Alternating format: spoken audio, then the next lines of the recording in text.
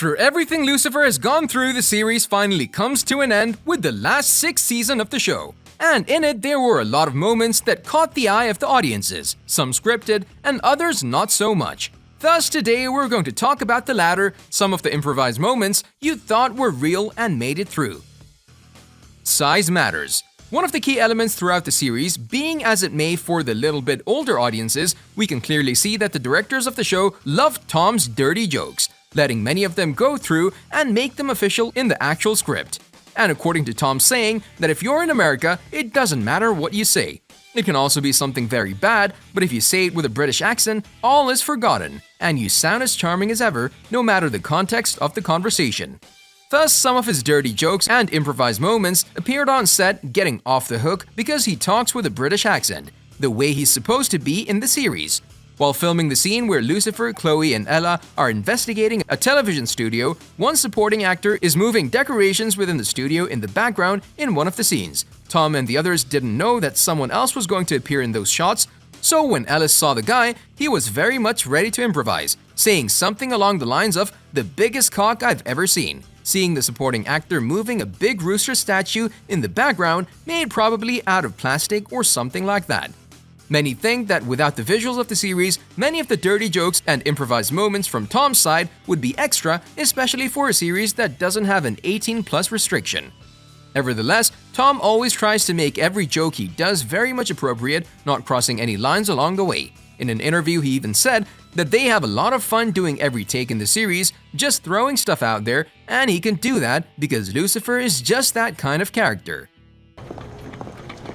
It's the biggest cock I've ever seen. The most hilarious line.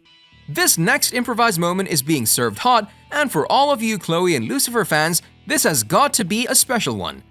Especially now that you know it's not something real, but rather improvised in the heat of the moment. If you remember the episode when Lucifer and Chloe go to Vegas, at the end of it, you have to remember the moment when Lucifer gives Chloe a necklace, and not just any necklace, but a bullet one.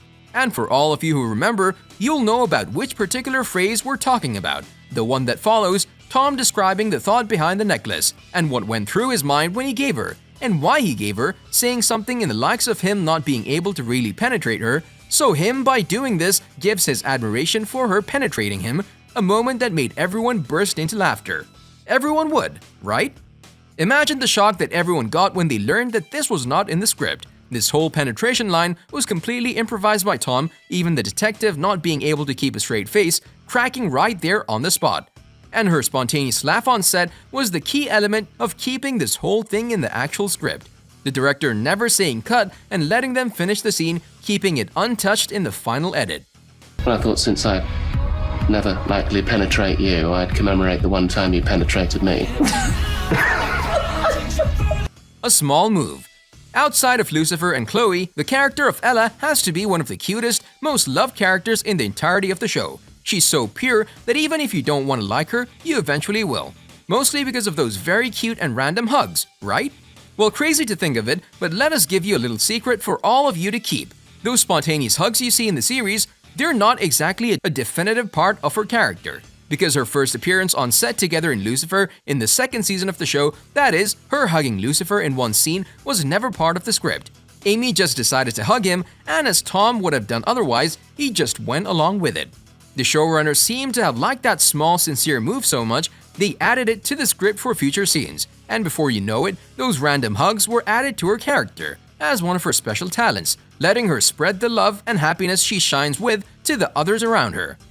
She's just a positive person on set and outside of it that the show would not have been the same without her. Her character identity truly depicts her personality in real life. What an awesome thing to do. Play your own character on set? It doesn't get better than that.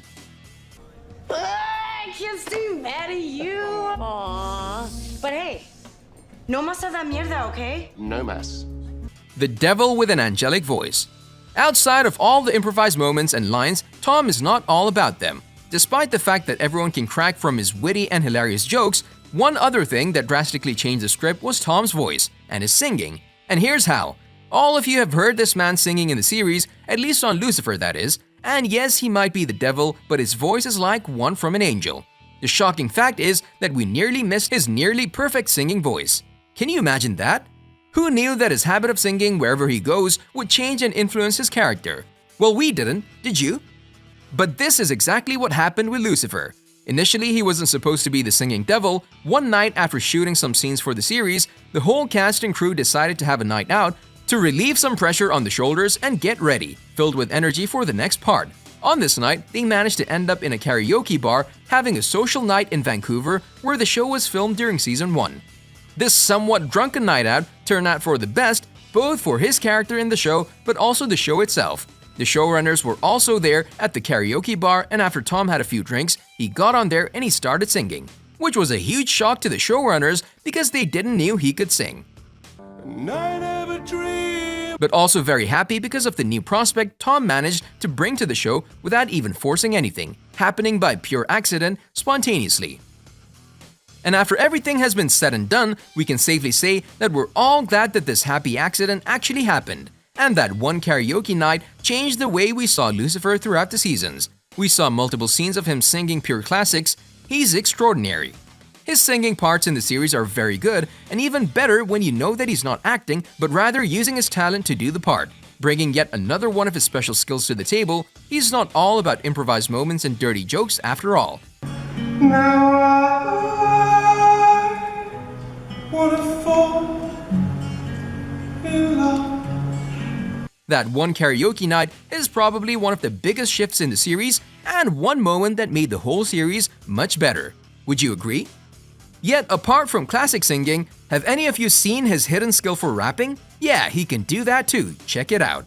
This and the fact we know of just how much he inspires the showrunners for new creative scenes in the series, we're more than certain that we can expect a rapping scene in the near future of the show. Maybe in the last season of Lucifer, whatever the case may be, we'll just have to wait and see it for ourselves. You got to hold a kid, but do it at the right time. You may be slow or fast, but you must get to the line. They'll always hit you and hurt you. Defend and attack.